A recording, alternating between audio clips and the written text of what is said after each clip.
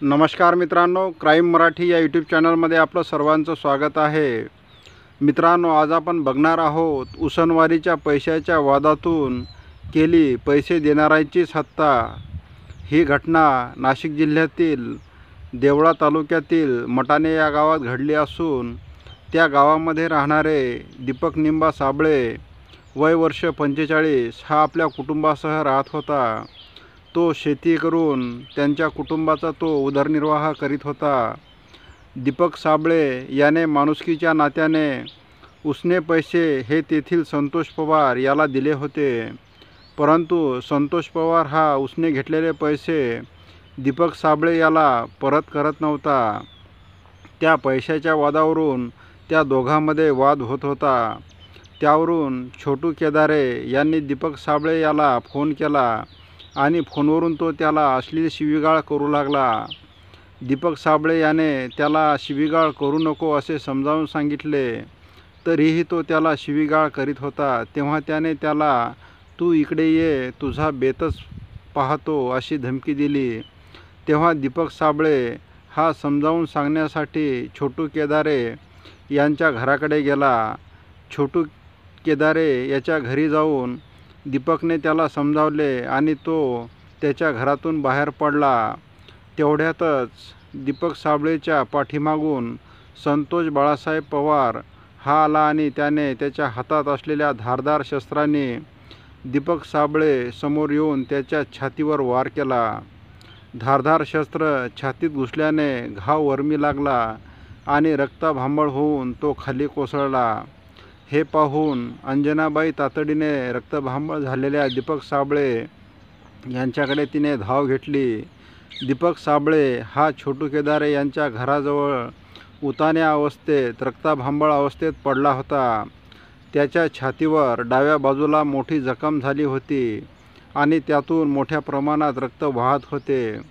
तो काहीच हालचाल करत नव्हता। तेव्हा तेथील काही नागरिकांनी जखमी झालेल्या दीपकला एका गाडीमध्ये टाकून त्याला देवळा येथील सरकारी रुग्णालयामध्ये नेले। तेथील डॉक्टरांनी दीपकला तपासून तो मयत झाल्याचे घोषित केले।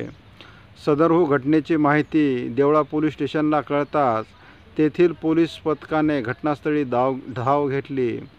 घटनास्थळ व मयत दीपक साबळे यांच्या मृतदेहाचा पंचनामा करून अंजनाबाई निक्षे यांनी दिलेल्या फिर्यादीवरून देवळा पोलीस ठाण्यामध्ये विविध कलमानुसार संतोष बाळासाहेब पवार व छोटू रामदास केदारे राहणार मटाणे तालुका देवळा या दोघांच्या विरोधात गुन्हा दाखल करण्यात आला।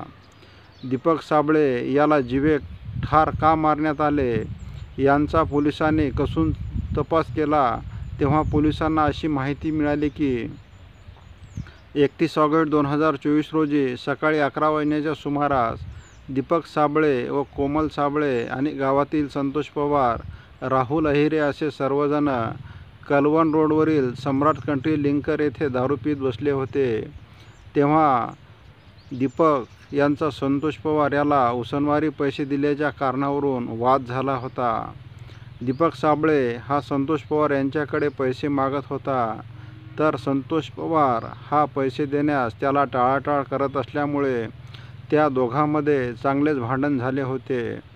त्यानंतर सर्वजण मोटरसायकलने मटाणे या गावी आले। मात्र संतोषने शिवीगाळ केल्याचा राग मनात ठेवून दीपक साबळे हा छोटू केदारे यांच्या घरी गेला असताना तो तेथून परत येत असताना जवळच राहणाऱ्या संतोष पवार याने धारदार शस्त्राने त्याच्या छातीवर वार करून दीपकला जीवानिशी ठार मारले।